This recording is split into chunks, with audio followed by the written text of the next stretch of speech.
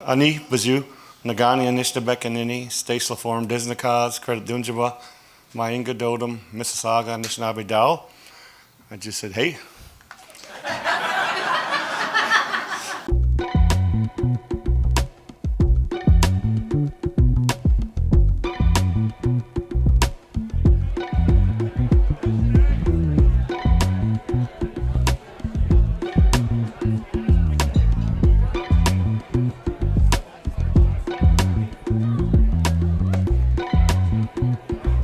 I'm honored to be here. I always talk about the environment when I begin my speeches because as a wolf and turtle clan, it's part of my responsibilities. But I think I can forgo that conversation with everybody here and why we're here. So I'll just say, instead of thinking of climate change as a problem to be solved, think of Mother Earth as a soul to be saved. If we can do that, we can do anything.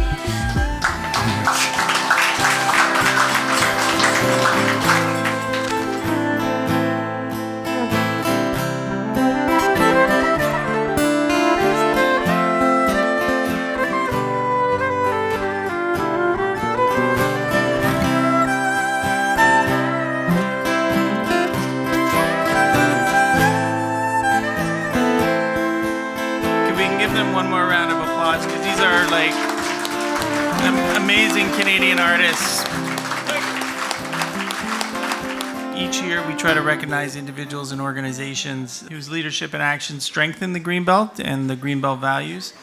This year, being the 20th anniversary, we thought we'd try something a little different.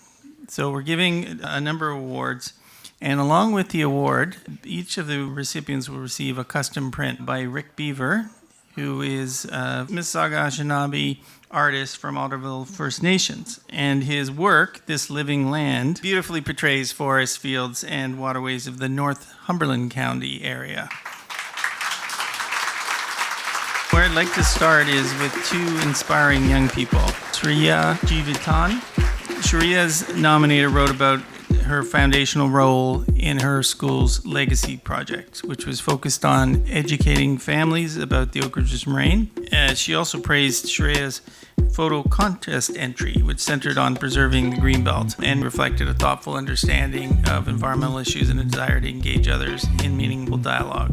And Omar Katan, his nominator, wrote about his contributions to the development of the school's garden, his promotion of environmental stewardship and sustainability, and also his research interests, which include analyzing changes in weather patterns, examining the impacts of global warming on species, and investigating the effects of human industrialization on natural resources and ecosystems.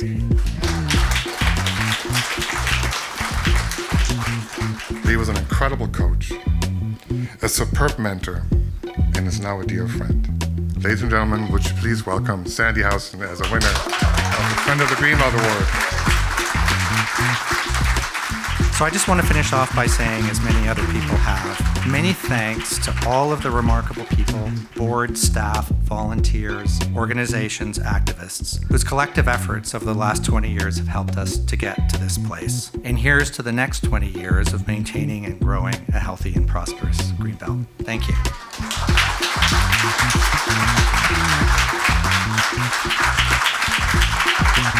It's been such a pleasure to work with the Greenbelt Foundation. I see those kids come up here that are being presented awards, and that wasn't me as a kid. It's just sort of something that I've grown into as I've actually learned about my culture and sort of started to ground myself in my culture. I've been very privileged and grateful to do the work that I do. I often say that I get paid to learn who I am as a person in my Indigenous roots. And I'm also then paid to share that with folks on my other side, to really be the connector and disseminator. And that's what a lot of my elders across the country and across the world that I've been privileged to meet have said I am. I walk both worlds. So that's why I am successful in working in both worlds. So I just want to say, Gitchi Miigwech to all of you for this award. Thank you very much on behalf of RBC Foundation for this recognition. I come from a career in conservation and in philanthropy. Being able to bring that career to my role at RBC has been really important to me. One of the things that attracted me to my current role at RBC, where I oversee our community investments in the environment space, is that long-standing commitment that the bank has had to community-led environmental work, to engaging and trusting in our partners, and particularly in sort of the space of protecting our natural assets. And nowhere is that work more epitomized than the work of the Greenbelt.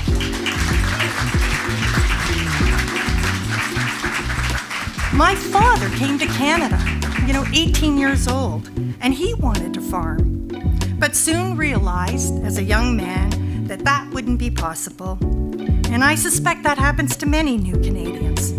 But I think that is what is in all of us, a sense of the nobility around choosing to produce food from the land, and a recognition that it isn't easy, it's tough, and it's a real gift that there are people to do that. And those people deserve our appreciation, and they deserve our support. And that's what the Greenbelt Foundation leads and organizes. And if we didn't have the Greenbelt Foundation, an organization that was focused on waking up every morning and figuring out what collection of people do we need to pull together, what stories do we need to tell in order to communicate this value to the public, it wouldn't last. It wouldn't be there.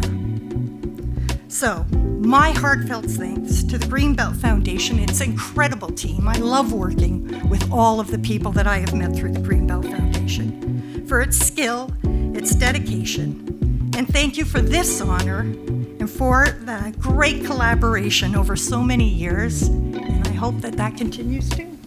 Thank you.